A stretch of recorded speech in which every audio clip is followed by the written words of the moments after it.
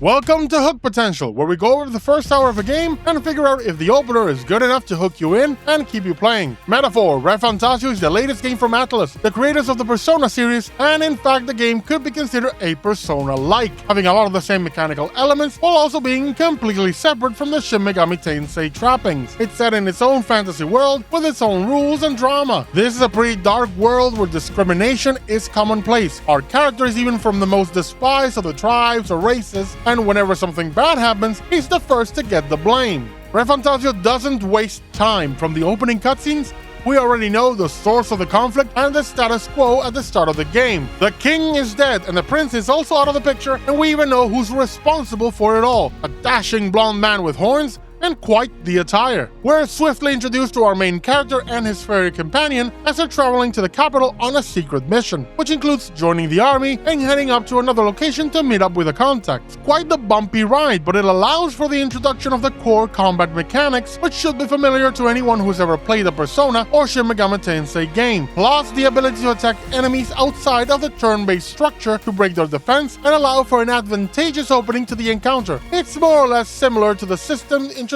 in Trails Through Daybreak, just not as complex or robust. But what I will say is that it's really fast.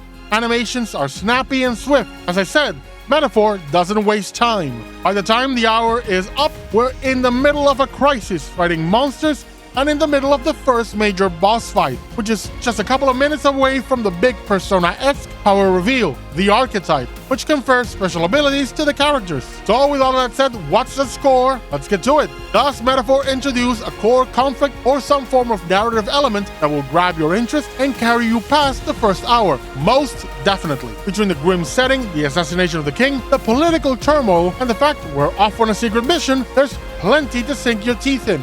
That's one point. Does the game properly introduce its core gameplay mechanics? That's another yes.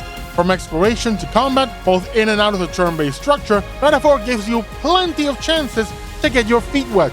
And with the animations being really fast, it makes the combat feel very dynamic. That's another point. The last point is presentation and the experience of playing that first hour. It's not just the combat that's fast. Characters run really swiftly, making exploration a delight. In terms of combat, the monster designs are pretty varied and just plain weird, with the boss taking that to 11 and with a clear Hieronymus Bosch inspiration.